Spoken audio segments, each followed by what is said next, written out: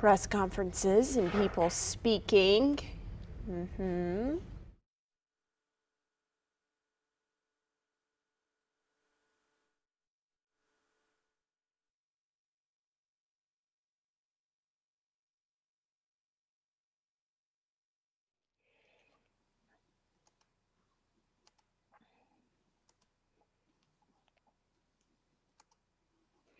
Yes. Hello. Mic check. 1, 2, 3, 4, 5, 6, 7, 8, 9, 10. Mic check. Hello. Mic check. 1, 2, 3.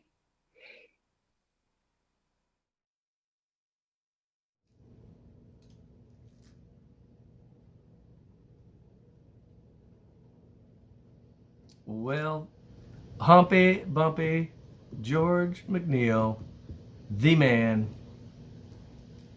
he's in the house. Check 1, 2, 1, 2, 1, 2, 3, 1, 2, 3, 1, 2, 3, 4, 5. Thank you, buddy. Finally found it.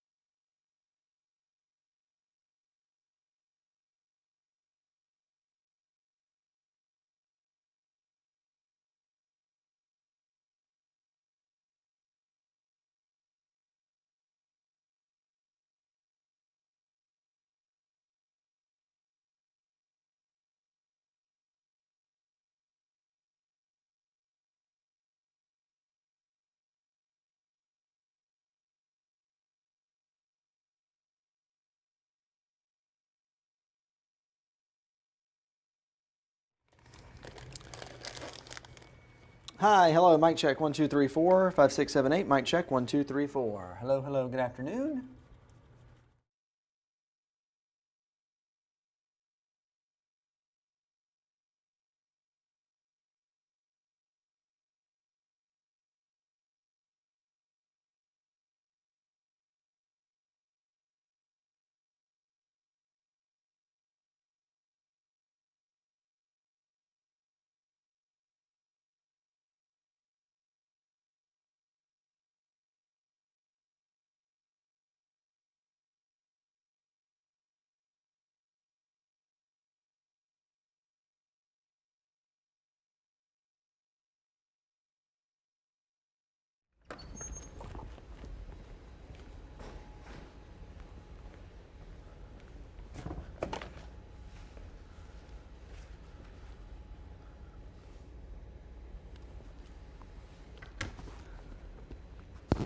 Cool.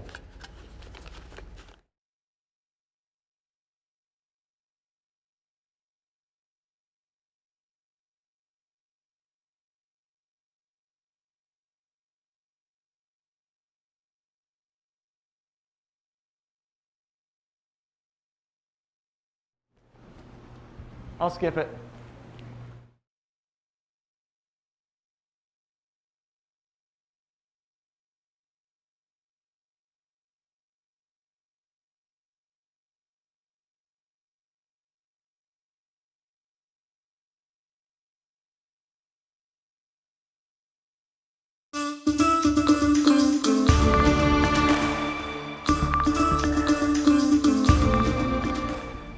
Good afternoon, everybody. Welcome to your 4 to 5. I'm Eric Chilton, along with Maddie Gardner, Tahisha Moyes, and Christian Morgan. Yes, we are so. Oh, go ahead, We're Maddie. so glad you're joining us this afternoon, Tahisha. Did not mean to step on your toes. We are all here to connect with you, and that is why we are live streaming our show right now. Yes, and if you join the conversation, be sure to use that hashtag 4 to 5. We are on top of several big stories this afternoon, and we'll start with this one. Democratic challenger Cunningham has conceded the race for U.S. Senate against Tom Tillis. In a statement, Cunningham says he just spoke to Senator Tillis to congratulate him on re-election. He went on to say, in part, the voters have spoken and I respect their decision. While the results of this election suggest there remain deep political divisions in our state and nation, the more complete story of our country lies in what unites us, our faith and sense of confidence in our democracy. Meanwhile, in the fight against COVID-19, we saw another big jump in cases around the state. Almost 2,600 new cases were reported today. 7.5% of tests are now coming back positive. That number is climbing. As of right now, there are 1,230 people in the hospital with the virus, and 4,600 people have died. Just about an hour ago, Governor Roy Cooper and his coronavirus task force gave us an update on the state's fight. Cooper is keeping us in phase 3 and decreasing the capacity of indoor gatherings from 25 to 10 people. The science shows that the transmission of this virus is much greater indoors. And the more people who are gathered, the easier this virus can spread. We saw increasing spread from social gatherings in October. This reduction in our indoor gathering limit aims to slow the spread and bring down our numbers. Now, in just a few hours, the Guilford County Board of Education is going to meet to decide on bringing some other grades back into the classroom. The board is set to meet at 6 o'clock tonight, and it will look at Guilford County's current COVID metrics to decide if it's safe for pre-K through second grade students to come back. Students almost returned to the classroom last month, but the district decided to delay re-entry due to the county's health metrics. Meanwhile, more kids in Forsyth County went back to school yesterday. Kindergarten students returned to class as part of Winston-Salem Forsyth County Schools' phased reopening plan. Pre-K and early childhood students went back to class last week. As of right now, first graders begin in-person instruction on November 16th. Well, cuts to academic programs and positions at Guilford College have many folks worried about the future of the college. The college plans to phase out about 19 majors and cut 36 positions. Now, nearly half of the positions being cut are tenured professor positions. This is all part of a $7 million budget cut to the 21-22 school year. School administrators of the private Quaker College blame declining enrollment and the effects of the pandemic. This is an unfortunate process, but we're looking now for growth and development into the future for Guilford College. Faculty members need to be appreciated, even if they are let go, even if tough financial decisions need to be made. They have to be acknowledged for the work that they've put in. Well, some of the majors being cut include math, political science, physics, and modern languages. Now, students currently enrolled in the affected majors will be allowed to finish out their programs. More than 10 million Americans have been infected with COVID-19 since the pandemic began. That includes more than 1 million new cases since the end of October. That's the worst stretch of infection so far in this country. Hospitalizations from coronavirus are close to record highs across the U.S. Cases are on the rise in 46 states, and the U.S. is now averaging more than 950 deaths per day. Let's take a look now at your 4 to 5 roundup. The FDA is allowing emergency use of the first monoclonal antibody treatment for COVID-19. They cleared Eli Lilly's drug for people 12 and older with mild or moderate COVID-19 symptoms who do not need to be in the hospital. It's a one-time treatment given through an IV. The therapy is still going through additional testing. Well, Disney is furloughing more workers at its 3 California theme parks. Disneyland has been closed since the start of the pandemic in March. Non-essential employees were furloughed back in April. Months later, 28,000 workers in both Disneyland and Disney World parks were fired. Disney lost an estimated $500 million for every 2 weeks they were closed. Disney World opened to limited capacity in July, but California has stricter guidelines. McDonald's is bringing a plant-based version of its beef patties to the U.S. next year, and they're calling it the McPlant. The chain has been testing the patty in Canada for a year, and they say they've been seeing a good response. It is the latest fast food joint to hop on the meatless food bandwagon. Burger King started selling its Impossible Whopper back in 2018. KFC, Dunkin', and Starbucks all have plant-based products on the menus. And subtropical storm Theta formed overnight and is now in the Atlantic Ocean, breaking the record for the most named storms in a single season. Theta is no threat to land, but it marks a milestone. The storm is number 29 for 2020, breaking the record of 28 set in 2005. That hurricane season saw both Katrina and Wilma. Yeah, no doubt about that. It has been a record-breaking hurricane season, and we're about to get at least some moisture indirectly from Tropical Storm Eta just off the coast of Florida. You see the clouds, they've been thickening up as we've gone throughout the afternoon, and that's just kind of a hint of things to come as we head into your Wednesday. Temperature-wise, though, right now, we're still pretty comfortable, all of us sitting in the lower 70s across the Triad, and on the radar, for the most part, things are dry. There are just a few showers across the area, but nothing really to write home about. That will change, though, as we head through the overnight hours. Clouds will continue to increase, and really that rain chance starts to go up after midnight and heading into the early morning hours on Wednesday. So overnight you can plan on cloudy skies and that rain starting to move in, with temperatures staying quite warm in the 60s. For your Wednesday, dust off the umbrella and keep it close by tomorrow. It's not going to rain all the time everywhere, but that rain will come in rounds of on and off rain. Some of it could be heavy at times, and there is the low chance that we get a stray thunderstorm somewhere across the area. As far as rain totals go, generally over the course of tomorrow and Thursday, I think most of us will pick up between 2 and 4 inches of rain. So with that amount of rain, we also have to think about the possibility of flash flooding, and we have a pretty significant flash flood risk for tomorrow and Thursday. What comes after Thursday? When do we finally start to dry out and cool down? Dive into all those details and your 7-day forecast coming out.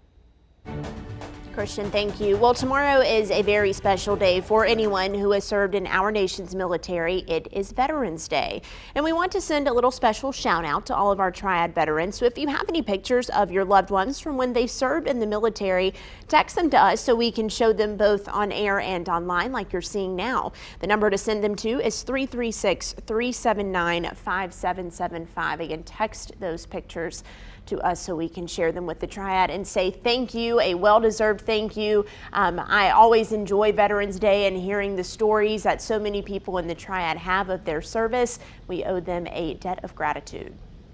Now, we really do, Maddie. And unfortunately, as Christian Morgan just mentioned, the weather's not going to be the best tomorrow. So if you were planning on heading out to certain commemorations, it would be good to double check just to make sure those are still happening.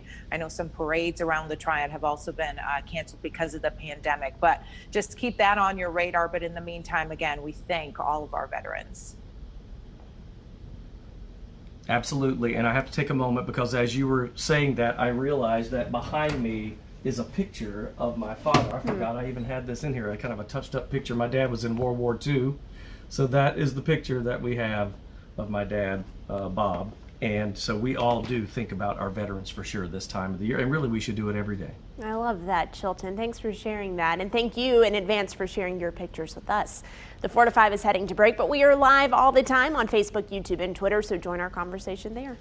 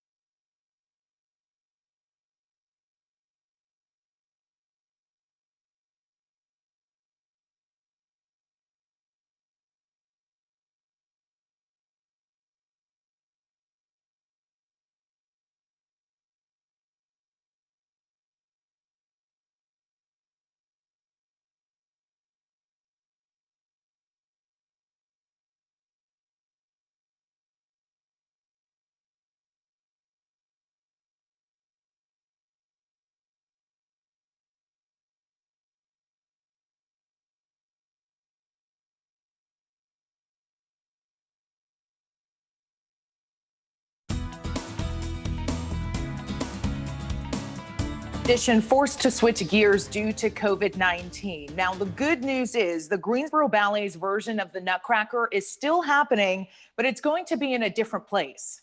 Sort of. I spoke with the artistic director to learn more. Very, very different than any way we've ever done the Nutcracker before. It's the Nutcracker like you've never seen it. For the 40th anniversary, the Greensboro Ballet is getting with the times. This year, due to the pandemic, the performance will be recorded at the Carolina Theater and presented as a drive-in experience at the Greensboro Coliseum. He's filming it, walking into the theater as if you were someone coming to see it. He hands the ticket, he goes into the theater, and you're going to see that the theater is empty, and then sit down and the show will start. Interim artistic director Jessica McAllister says the pandemic will actually be incorporated into the scenes. The maids bring out little hand sanitizers and everybody sanitizes, and there's a lot of temperature checks. There's a mouse that dies that actually gets a COVID test done before they wheel him off in the stretcher. All dancers will be wearing masks. The masks are actually being designed to match the costume or match the role. Like the soldiers will have cheeks on theirs. The set will be stripped down. There's very few backdrops. There's no wings. So you're gonna see the light booms on the side of the stage. And new this year, there will be a rat queen. And it's played by one of our professional dancers. And it completely puts a different twist on the story. I mean, she's fierce. But despite the many changes, the quality of dance remains the same. McAllister says the performances mean so much to her dancers this year. Our students have gone through so much disruption of their lives being turned upside down. And this, we were like, we have to do this for them. And she's looking forward to the community's reaction. We are so excited about being able to present this and give back to the community and say, we're still here, we're still doing this for you guys, and happy holidays. So you can catch the show from December 18th through the 20th, and tickets are already on sale at greensboroballet.org. And I got to tell you guys, it was really hard to rehearse this. They have 3 different rooms, but they could only fit a certain amount of dancers in each. So they had to each dance side by side in different rooms. And sometimes they would go outside to try to practice together all at once. Wow, I am so excited that they're going to pull this off, Tahisha. I think this means we can still be on for our Nutcracker tradition. Yes. Year 2, going strong. 2. I love that they're incorporating the pandemic into it as well. When we covered the Nutcracker Ballet in Greensboro last year, they mentioned that they like to sneak in little references to Greensboro, and so this is one way to sneak in a reference to what's going on. But you know what? All I had to say, Christian Morgan, I need to see your pirouette. I need to see it right now. You don't want to see it. I haven't rehearsed. No, I need it. Okay. No. I'll put money out if we get to see that. Now, that's all I got to say. I bet you can do it. We'll practice during the break. We'll practice in the break. How about that? All no, right. it's cool. It's neat that they're doing this. And, you know, we talked about this yesterday. I was going to say this is kind of a different way to enjoy it. But we're figuring out all these different ways to do these things that we like to do. And this just being the next thing. I think you said it well. That doesn't make up for the fact that you didn't show me your pirouette. Matt, can we get a break? Hey, by the way, you can watch behind the scenes during the break if you're watching on Facebook. So everyone tune in. He's doing it. He's doing it. We'll be right back.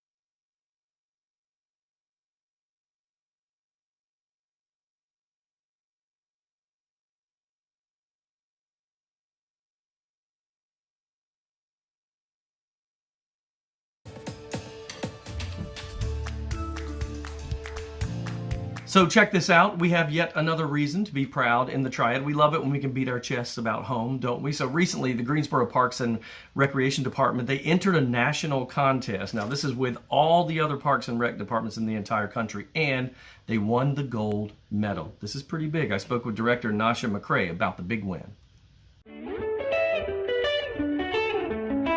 So, you know, we're all about pride of place here in the Triad, and this is that example exactly. I mean, this is a big deal. We're talking about, of all the parks and recs in the country, we get a gold medal. Explain what this is like. So this is the equivalent for the sports fans out there, the equivalent of the Super Bowl of the parks and recreation industry. We are extremely proud here in Greensboro to have won this gold medal award for the 4th time in the history of our parks and recreation department. And it is the highest honor in our industry and demonstrates excellence in parks and recreation management. So I'm sure you had to put together, and we're looking at some images from this, but the video of all your accomplishments. And when you do that and you look back, I'm sure you're proud, but you're probably a little worried, like, are we gonna, match up with some of the others out there in larger areas? Well, absolutely. I will tell you, this has been a particularly challenging year for us. And so working to meet the needs of our community during the pandemic. So to be able to look back on the things that we've been able to do in what has been a really long year, it is just amazing to be able to see not only the impact that we have in the community, but how much we're dedicated to this profession. Yeah, to win this in 2020, it should be called double gold. Tell me real quick, if you had to look back and pick like an event that you think was a real, eye grabber, attention grabber for your nomination, what would it be? Oh my gosh, now you're making me choose. I would say all of them. They're all phenomenal, especially what we've been able to do since the pandemic with shifting our programming online, as you've seen in some of the images. I mean, there's so many different things that we are involved with in Parks and Recreation that many people don't even think about. Our team has been really innovative in the approaches that we take to delivering superb Parks and Recreation services, being fiscally sound while doing it. It just makes it difficult to pick one. See, you spoke like a true manager there. I'm going to give you a round of applause. You can't pick your favorite child. Yeah, that's the way that works. You cannot. Nasha, thanks for your time today, and congratulations. That's great management speak. She just did. Very proud of themselves, and they should be. This is a huge award, and as she said, they have won it 4 times before, but really this year during a pandemic, she was saying that she's more impressed really with this one than any of the other wins because they had to redefine themselves over and over, as all Parks and Recs do. And Chilton, you've been doing stories about the work that Greensboro Parks and Rec has been doing during the pandemic. I'm so glad she put it into perspective, though, because a lot of times we hear about these awards that go out to different departments, but for her to say, no, this is like the Super Bowl of Parks and Rec. I was like, yes, Greensboro, yes. Yeah, it's really great. And Eric, I know you're almost like the spokesperson for them. You've been featuring all the great things that they've been doing. They just sent the News 2 links to the competition. In fact, she called me and basically said, you've got to talk about this award. I said, I absolutely will, because they've done great work. Thanks for bringing us the story, Eric. And this weather segment, I will not dance, but I will tell you the weather. I can tell you so far, it's been a quiet day of weather. There are a few showers across the state of North Carolina, but things are dry really for all of us. Although as we head through the overnight hours, those clouds will start to thicken up, and really after midnight is when we see our chances for rain really start to go up. And especially heading into your Wednesday morning, it's going to be a soggy day of weather tomorrow. You can bet on that. Overnight, that rain will move in, and temperatures aren't going to move a whole lot either. We'll stay warm and in the 60s. Here's how you plan tomorrow. Grab the umbrella and keep it out all day long. It's not going to rain all the time everywhere, but that rain will come in rounds, and some of that will be heavy at times. We also do have the low chance of a thunderstorm, and of course, with all that rain in such a short amount of time, we'll be watching for any flash flooding concerns. What comes heading into the weekend? We'll take a look at your full 7-day forecast on your 4 to 5.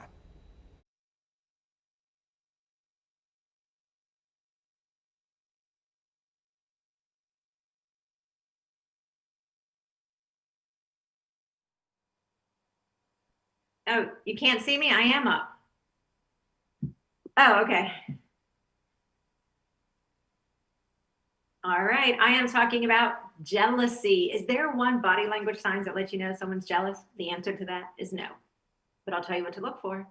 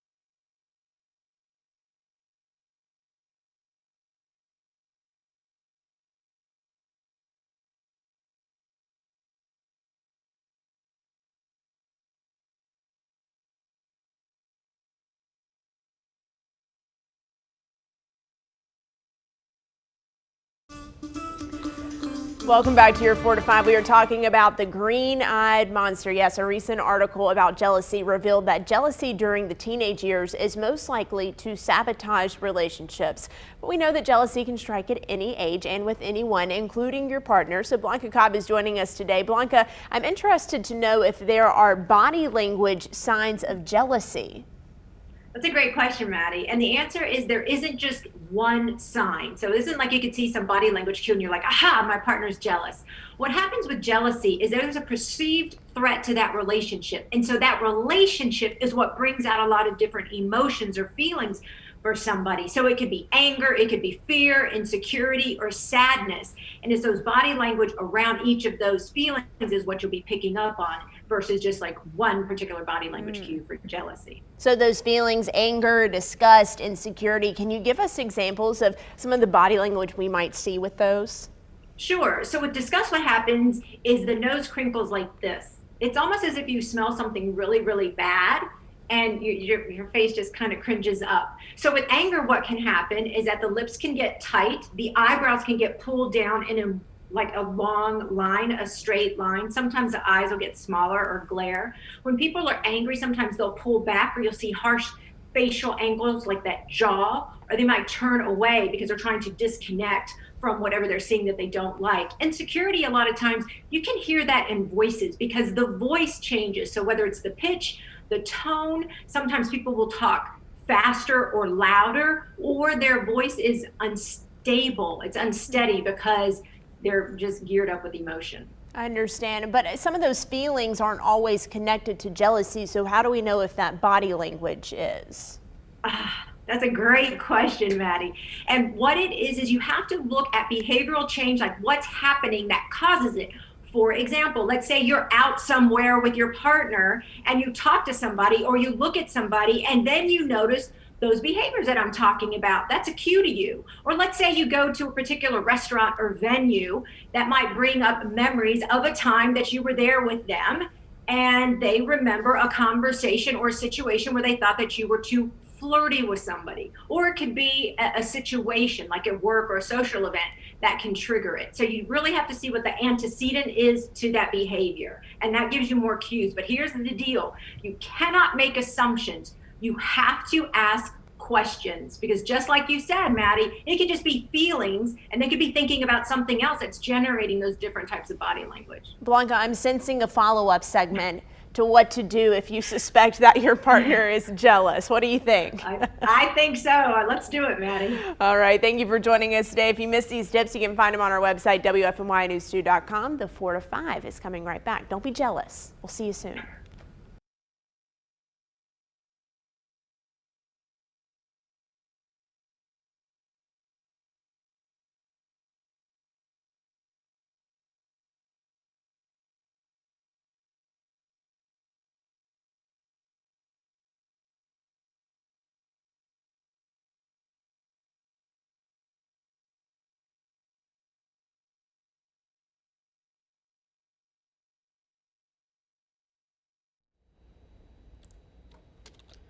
Hi, hello, mic check. I will not dance in the 4:30 segment on the 4 to 5, which may be disheartening to some. Hey, ice cold milk and an Oreo cookie, they forever go together.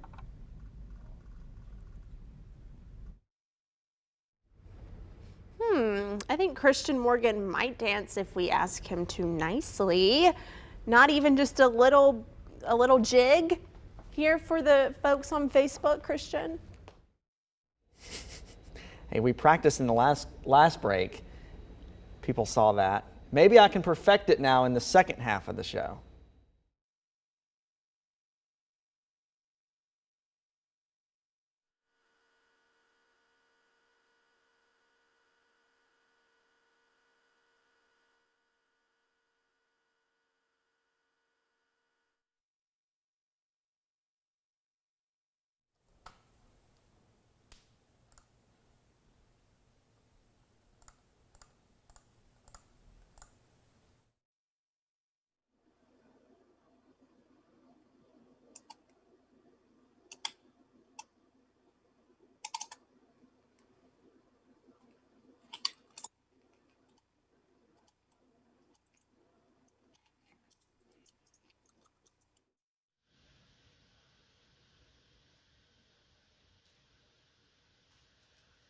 Hello, check. 1 2 1 2 1 2. Check.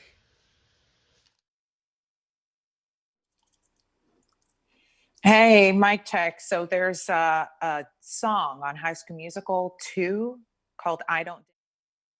I did do a mic check. What are you talking about? I did a mic check. I talked. Mic check.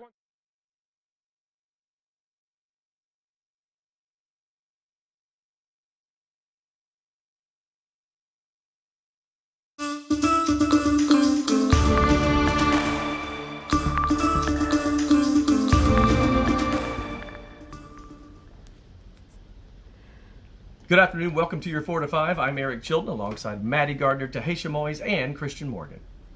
Yes, we are here to inform you and let you into our world and the world around us. That's why we want you to use our hashtag. We put it very large right here in the middle of this giant monitor. It is the word 4, the number 2, and the word 5. That's how you can stay connected with us today. And we're going to start off the show with the very latest for the race for the White House. President-elect Joe Biden continues to get ready to take office on January 20th, but those efforts are being blocked by a government official who is refusing to acknowledge the election results. The formal Biden transition is being blocked right now by the General Services Administration. The agency's head, Emily Murphy, a President Trump appointee, won't grant access to government agencies or funding, citing the need for a clear winner. The Biden team says it is considering a number of options, including legal action if the GSA continues to block their transition.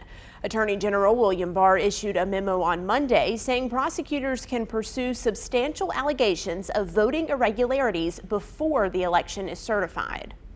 The actions create a clear implication of impropriety, of bias on the part of the Justice Department on an attempt to interfere in an election, which states have been running extremely well.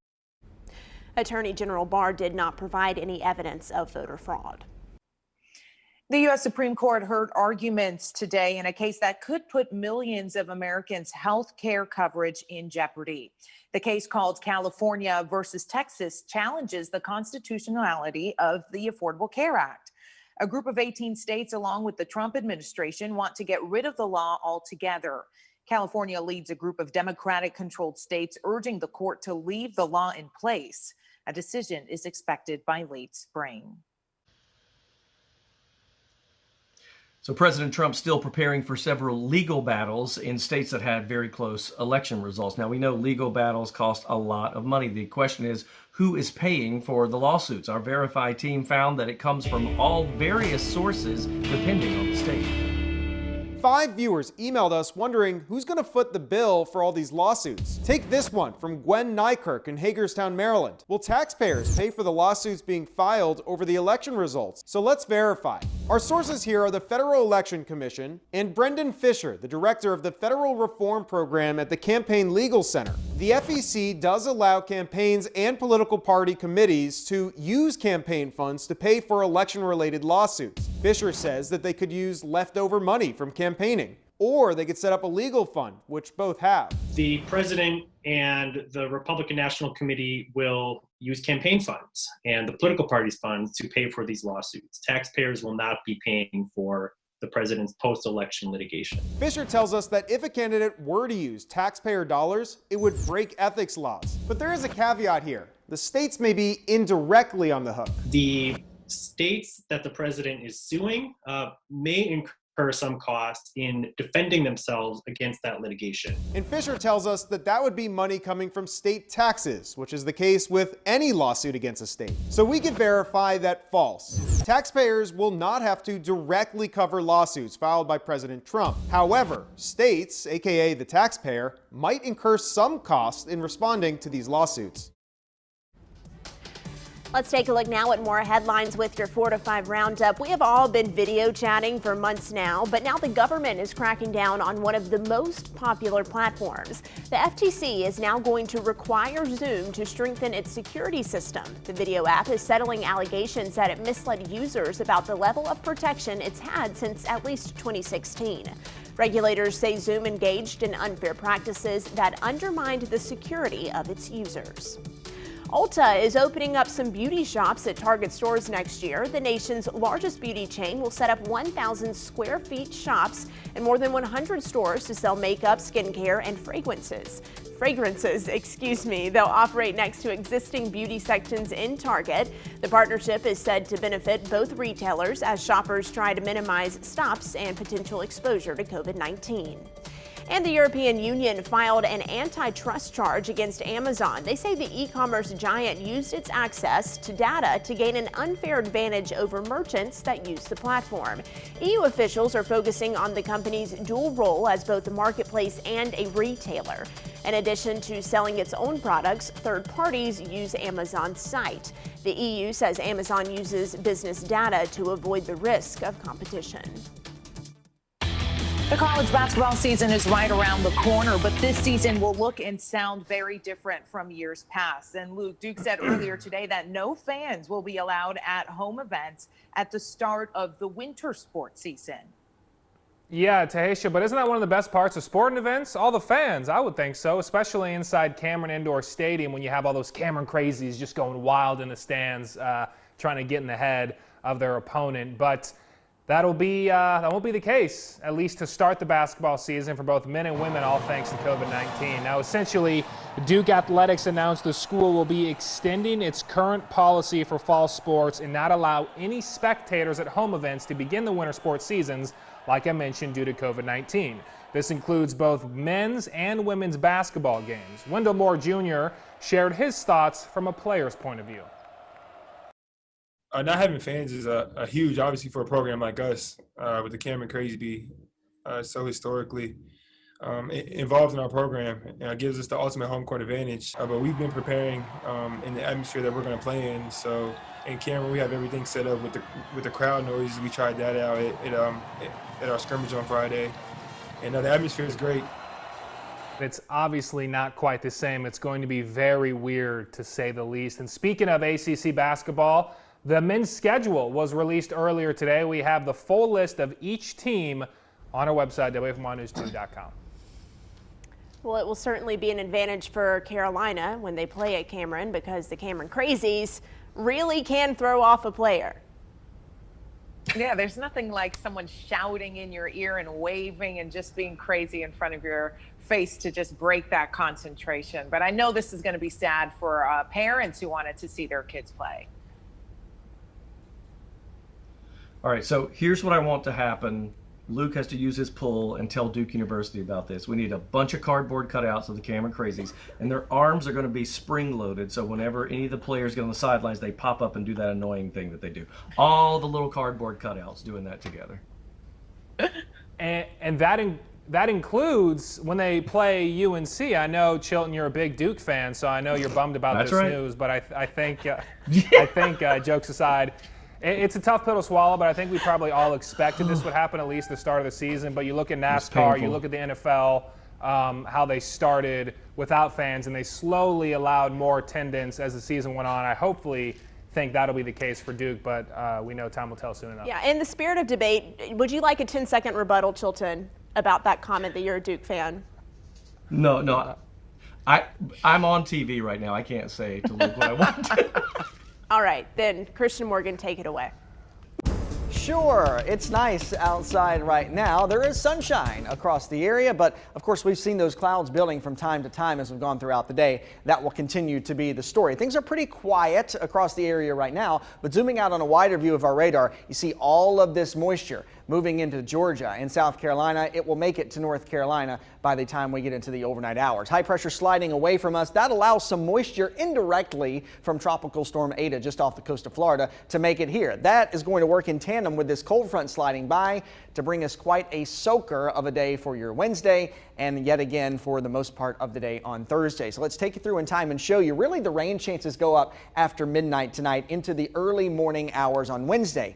And then tomorrow, you're going to need the umbrella pretty much all day. It's not going to rain all the time everywhere, but that rain will come in rounds, and some of those rounds of rain could be heavy at times. We'll also have to watch the low chance of a thunderstorm tomorrow afternoon as well. Not all that cool overnight. Temperatures hanging out in the 60s with rain starting to arrive in the early morning hours of your Wednesday. It's a washout tomorrow, but it is a warm washout. Temperatures will be in the mid-70s yet again tomorrow, of course, watching for that low chance of a thunderstorm. Bottom line, here's what you need to know. It's wet tomorrow, and it is also on Thursday. Really expecting 2 to 4 inches of rain across our area. There could be some more than that in locations that get those heavier bands of rain, and that could cause some flash flooding concerns as well. But we do start to dry out a bit, and we start to cool down some too by the time we head into Friday and into the weekend. So it's just kind of a wet second half of the week. Things do look to get better on Friday and Saturday, back to more fall-like temperatures in the low 60s, and then maybe a second shot of rain for Sunday and into Monday before we dry out again by the middle of next week. Well, this caught our attention here on the 4 to 5. A new study conducted by women political leaders and Kantar shows that despite more women in global leadership positions, society still thinks men are more suitable in leadership roles. The research was conducted in the G7 countries, that's the United States, Canada, France, Germany, Italy, Japan, and the United Kingdom, as well as India, Kenya, and Nigeria. 2,000 adults were surveyed for this. Out of the results, the UK and Canada had the most progressive views. The United States came in third. So I just ask you, what do you think makes a good leader? I posted that question on my Facebook page. Let's see what you had to say this afternoon. MD Moore says a good team for support and input, empathy, open-mindedness, process all information, never stop learning, and be willing to take responsibility. That's what makes a good leader. Bobby Odom says skills, competence, inner strength, and being very motivational. And Wanta Creedle had a longer comment. She said, to me, it would start with compassion for the fellow man, and then it would be leadership for the whole team, and go to being able to juggle everything at the same time. Yes, multitasking is a big one. I think a leader is someone who is willing to go first, to do it all before they ask you to do any of it. Yeah, that's part of it. And I think, you have to be a great facilitator. You have to be a good coach. You have to have humility, integrity. You have to respect the people that work under you. I could go on, but there's a lot of things into being a good leader, and that's not gender inclusive. That anyone can be a great leader. Well said. Yeah, I would agree with that. And I would tell you a line that my father used to say to me. He said, a good leader knows what he doesn't know. And he kind of always tied that into a president is as good as his cabinet. You surround yourself with people that know more about things you don't know. And be willing to admit that you don't know that and you need help and you need input from someone else. I think it was a very fitting time to have this conversation since we just elected some new leaders across the country. So thank you for your input on Facebook today.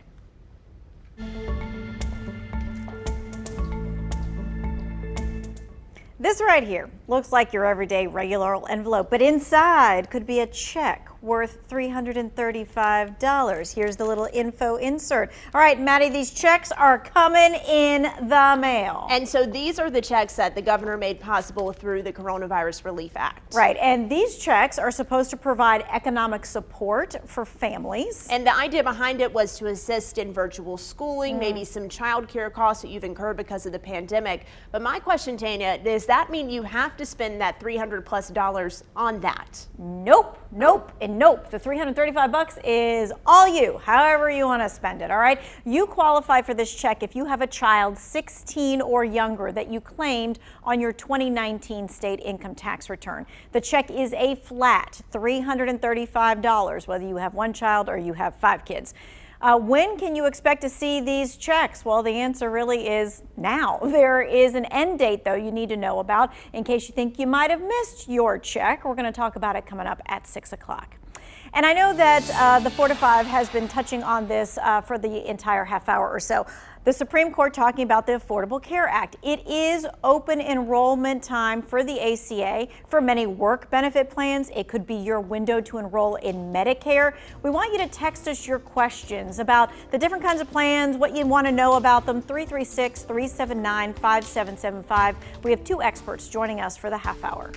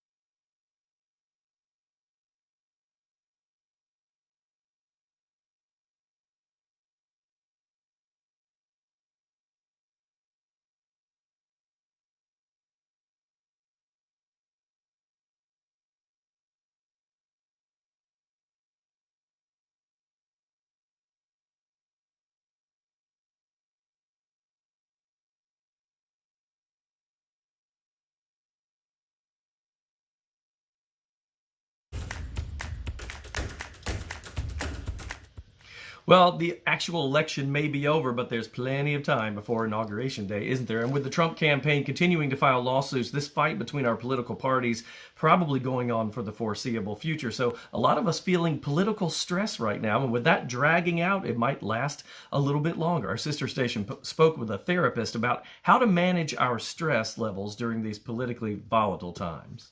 The news cycle is endless. We're getting news alerts sent to our phones immediately, around the clock. Marlene Francois Madden, a therapist, suggested maybe time to adjust those push notifications. We know with this election that's happening, we're getting alerts constantly on our phone. We're scrolling on our phone. So all of that contributes to our stressors and our anxiety. 2020 has been a stressful year for many. The ongoing coronavirus pandemic, coupled with a tense political climate, it has some people lagging behind with self-care. So you want to take a minute to just practice some deep breathing exercises, whether it's in the morning when you first get up or before you go to bed, but also throughout the day. It sounds simple, but studyfind.org found 1 in 4 adults check social media within the first minute of waking up. Turn off those push notifications off your phone. That way you will be the one to direct when you have access to it to go in at your own time when you feel your best to go in and log in and scroll through social media or check and see what's happening. As we get ready for the holidays, it might be spending it with family, like that one uncle we all have who shares different political beliefs. Madden suggests managing your expectations early with friends and family. Who are you surrounded by? Do you have friends around you that are also projecting how they're feeling, and if that's causing your anxiety levels to increase? A Pew Research study found the political divide has only gotten worse and has more than doubled since 1994. That's especially when it comes to race, government assistance, and economic fairness. All topics that you may want to avoid at the dining room table. You can be cordial with people, but if you have to set limits, it's okay to set those limits and boundaries, because you have to be intentional about your well-being and your own mental health. So you know what? No matter who you pull for, the election's over. There has to be a little bit of stress, kind of de-stressing, just to know that at least that first big step is over. I'll tell you who said it best, and that's my 10-year-old son, Tyler, the other night. He said, "Are we finished with these commercials now?" Yes, I Tyler. said, "Yes, we are." We sure are. Yeah, but I still got a text the other day. I thought that would have been done. And now they're asking me all these other questions about into the future. I just want my phone back. But for one, when I go home for Thanksgiving, I'm not trying to talk to anyone about politics. No. I get it at work. When I'm off, I'm off. I don't want to know. Yeah, that's when you just smile and say, "Happy Thanksgiving. Love you." I will say I need to be better about turning off my notifications. Last week, my phone sent me a summary of my screen time. It was an election week. I was on my phone a lot, checking the results. It was up like 30%. So I'm going to get better about that. It has to go down this week, right? Sure. Okay, thank you for the confidence. We'll be right back.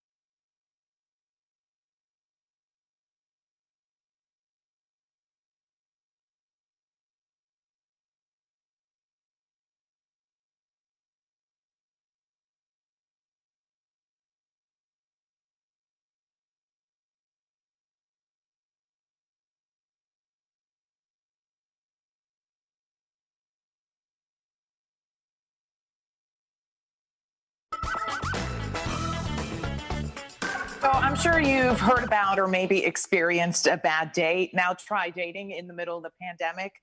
I hear it's hard. Well, today, the dating app Plenty of Fish revealed their annual list of dating trends for 2021, and you really have to listen to some of these names. Okay, the number one trend is called apocalypse. I can't even say this word, apocalypsing. It's when you treat every relationship like it's your last and get super serious with someone you just started dating. That's how you scare someone off. Okay.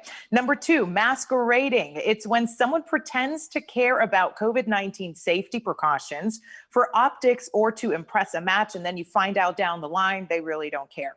Number three might be the best one. It's called Fauciing, or declining to date someone because you don't feel that they're taking COVID-19 seriously. And then there's Zoomlandering, or when your Zoom date spends more time looking at themselves in the camera. Okay, and one more. Bradying, after quarterback Tom Brady, when you end a long-term relationship despite your friends and family saying that you're making a mistake. They love the significant other so much, and they're like, what are you doing? I don't know who comes up with these names. Who's working at Plenty of Fish? Because masquerading, Fauciing, so I mean, hey, it's relevant, right? I feel like we have some Zoomlanders at work, too, who just look at themselves in the camera when they're on the Zoom call. It's Zoomlandering because you don't has know where been to going look. on for television news anchors for decades, true. long before the pandemic. Apocalypsing, dating like the world is going to end. I don't blame them. It's 2020. We don't know what's next. Just don't latch on too tight, okay? Don't scare them off. Chilton.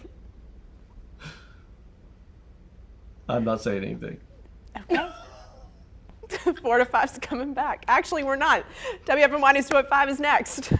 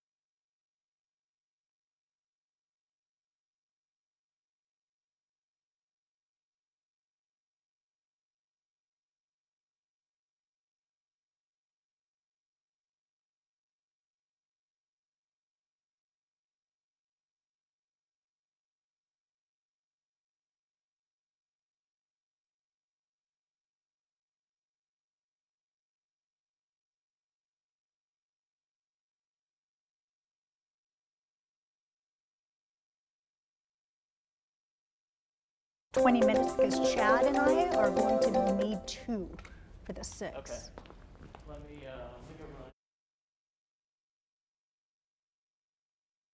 Check, mic check, mic check, mic check, mic check. 1, 2, 3, 4, 5. 1, 2, 3, 4, 5. Hi, Alabama, Alaska, Arizona, Arkansas, California, Colorado. Hi, Callie. 1, 2, 3, 4, 5, 6, 7, 8, 9, 10.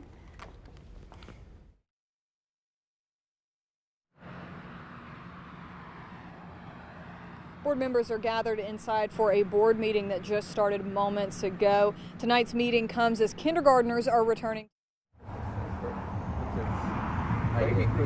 Hey, mic check. Jansen says hello to everyone. He is just here trying to intimidate me during. Trying to intimidate you, Jansen? Those 2 words don't go in a sentence.